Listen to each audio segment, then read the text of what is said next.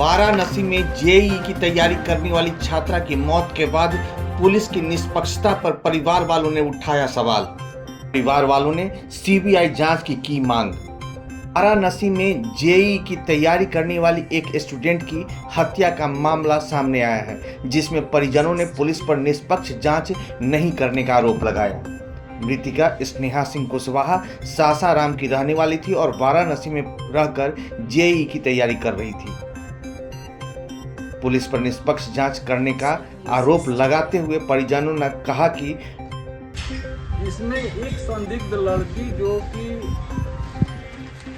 ए side और B side है, ये नक्शा है 4th फ्लोर की। मेरी बच्ची ग्राउंड फ्लोर छोड़कर 4th फ्लोर पर रहती थी। ग्राउंड फ्लोर पर मालिक रहते थे और 1st फ्लोर पर मालिक रहते थे। बाकी 60-70 लड़कियां रहती थी। जो सीताराम पांडे रामेश्वर गर्ल्स हॉस्टल का मालिक था, उसके बेटे और पोते रहते थे। कितना ग्राउंड और फर्स्ट जी।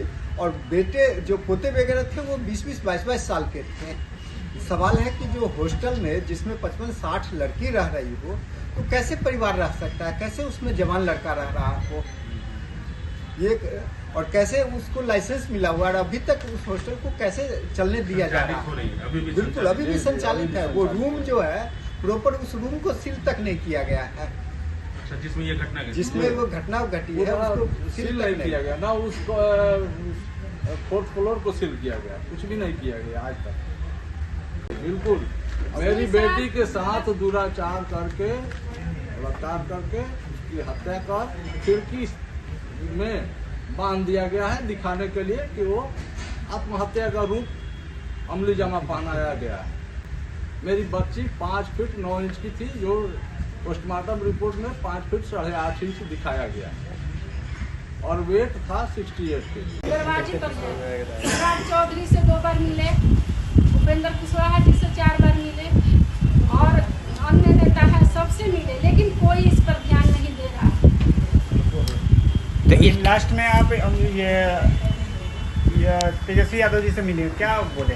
लास्ट में मिले, हर जगह से थक चुके हैं। 8 महीने के दिन बीत चुका, हर जगह से हम थक चुके।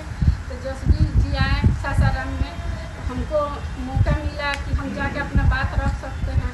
तो हमको मौका मिला तो हम वहाँ पर अपना बात रखे। तो वो बोले कि हमसे जो बन, हम तो सरकार में नहीं है, बहन से जो बन पड़ेगा हम कर। योगी जी के पास तो बात जा नहीं रहा है, जितना वहाँ पर पुलिस है वही सब मिलजुल कर सब अपने तक बात रख रहा है। मामला को मतलब खत्म करने हाँ, अपने तक रख रहा है, ऊंचे स्तर पर नहीं जाने दे रहा है। हम सोच रहे हैं कि अपना बात ऊंचे स्तर तक पहुँचाए, लेकिन कोई मेरा जो बिहार का नेता है कोई सपोर्ट नहीं कर रहा है कि हम योगी जी से मिलवाएं। योगी जी से मिलवाने के लिए एक बार काम किए, अभय कुशवाहा सांसद है, वही योगी जी से मिलवाए। योगी जी बोले कि अगर पुलिस रूम अगर खुला होगा तो अपना वीडियो बनाया होगा, नहीं तो हॉस्टल मालिक खुला होगा तो उसका ही काम है। जाइए आप डीजीपी से। तो हम डीजीपी के पास गए, सारा बात योगी जी बोले कि डीजीपी के पास जाइए। मैंने यूपी के डीजीपी ना। हाँ, हम सब अपना बात रखें, तो कहाँ काम बात तो रख ली।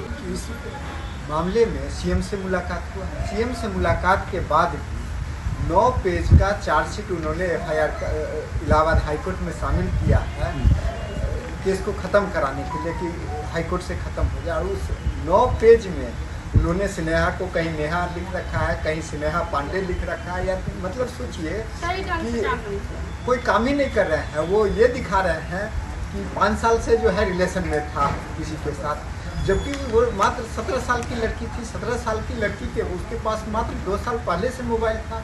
मतलब कोई जांच ही नहीं किया है उन्होंने। बस किसी तरीके से एक माइंड में पहले से सेट था कि हमको इस केस को किसी तरीके से ख़त्म करना है।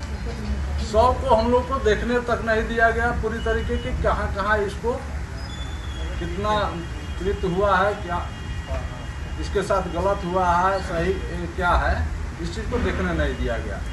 बिना पंचायत नामा पर साइन कराए माता पिता के मौजूद रहते हुए 100 को लेकर वो भाग गया। सब को लेकर के भाग? हाँ, पोस्टमार्टम हाउस की पोस्टमार्टम कराना है। हम लोगों से पंचनामा पर कोई साइन नहीं हुआ। फिर हम लोग पीछे भागते रहे। शिवपुरी एक मर्चरी हाउस है, वहाँ गए, वहाँ जाने पर हमने बोला कि 100 को वीडियोग्राफी कराइए और हम लोग को भी अंदर जाने दीजिए, फोटोग्राफी होना चाहिए। और वहाँ ज्वेलरी जो था बच्ची पहनी हुई थी, तो एक डोम बोला कि इसको निकाल लीजिए, लेकिन पुलिस वाले नहीं निकालने दिए। पुलिस वाले नहीं निकालने दिए और यहाँ बोले कि तुम्हारे बिहार में ये सब होता होगा, अंदर जाने का, फोटोग्राफी का, यहाँ कुछ नहीं है, बाहर आप लोग रहिए, पोस्टमार्टम होगा, आपको 100 दिया जाएगा। 100 आया पोस्टमार्टम करके, लेकिन 100 को हम लोग को दिया नहीं गया, केवल जबरदस्ती साइन करा लिया गया क्या किस बोल के जबरदस्ती, क्यों क्या बोल के कि जबरदस्ती? 100 सुपुर्दगी का साइन करा लिया गया। तो हम बोले कि कहाँ 100 हमको दीजिएगा, तो पहले बोले कि हॉस्टल पर दे देते हैं, फिर उसके बाद बोले कि थाने पर दे देते हैं। दोनों जगह में कोई जगह नहीं दिए, सीधे 100 को पुलिस वाले लगाकर हरिश्चंद्र घाट में लेकर भाग गए। 10 दिन के बाद FIR जो लॉन्च हुआ, उसके बाद 4 दिन के बाद SIT गठित कर दी जाती है और मामले को उलझा दिया जाता है कि SIT की जांच चल रही है। अभी तक जांच ही चल रहा है SIT का और हम लोग CBI जांच कराने की मांग कर रहे हैं। CBI जांच हो न्यायिक निगरानी में।